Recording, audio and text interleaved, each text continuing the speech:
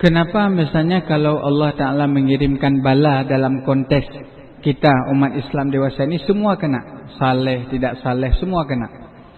Imam Nawawi menyebutkan di dalam di dalam kitab beliau di awal-awal itu menyebutkan bahwa kalau ada sebuah misalnya sebuah kemungkaran merajalela kemudian Allah timpakan azab semua kena, tetapi nanti Allah akan bangkitkan sesuai dengan niatnya masing-masing. Kalau dia baik, kalau dia tidak baik dan baik.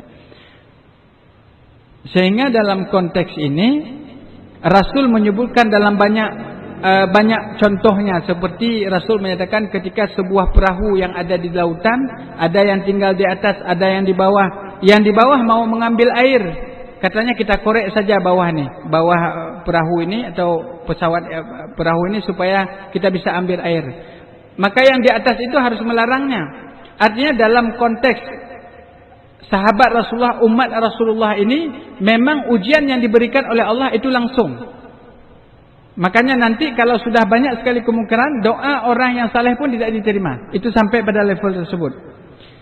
Kenapa? Mungkin itu salah satu doa daripada Rasulullah SAW. Karena di antara doa beliau pada akhirnya, beliau mendoakan supaya azab untuk kaum beliau itu istilahnya diakhirkan. Diakhirkan itu maknanya diakhirkan pada hari kiamat. Sedangkan bencana dalam bentuk dunia ini bentuk dunia, tapi azabnya di akhirat. Artinya yang baik dan buruk di sana balasannya. Adapun umat-umat Nabi yang lain tidak memiliki kekhususan itu. Ada 5 kekhususan yang dimiliki oleh umat Nabi Muhammad. Sehingga Nabi Adam istilahnya sampai beliau, kenapa kalian ini dikhususkan? Saya melanggar perintah Allah, makan buah khuldi dari dalam surga, dilempar ke bumi, dari pakai baju, tidak pakai baju. Tapi kalian bermaksiat kepada Allah, tapi Allah masih memakaikan baju. Begitulah kira-kira. Di antaranya Allah Ta'ala tunda azab tersebut, tidak langsung. Kalau dulu kalau melakukan pelanggaran, tercatat langsung di pintu rumah. Si fulan melakukan pelanggaran ini. Syarat taubatnya pun luar biasa, menakutkan.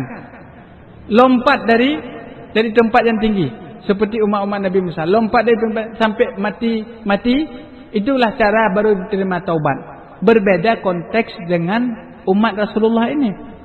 Umat Rasulullah memiliki kekhususan, Allah Ta'ala muliakan dengan diterima taubat kapan saja. Jadi kenapa ditimpakan azab kepada kaum lain diselamatkan Islam? Karena di sana jelas-jelas kalau yang tidak percaya dengan Nabi Nuh udah tenggelam terus. Kalau tidak percaya dengan Nabi Lut, kena lempar batu. Itu langsung begitu. Yang selamat itulah yang muslim, yang yakin. Sedangkan umat Nabi Muhammad, karena memang umat akhir zaman, banyak doa Rasulullah, Rasul menyatakan tunda dulu azab di dalam dunia. Artinya kalau ada kekurangan janganlah nampak di dalam dunia. Nanti di akhirat saja urusan Allah Ta'ala. Jadi mungkin itu salah satu kelebihan daripada umat Nabi Muhammad, sehingga Nabi Musa sendiri pernah meminta kepada Allah Ta'ala agar menjadi salah satu umat Nabi Muhammad. Karena banyak kelebihan umat Nabi Muhammad, amalnya sedikit, usianya pendek, tapi amalannya bahkan diberikan Lailatul Qadar, artinya banyak nilai plusnya. Mungkin demikian.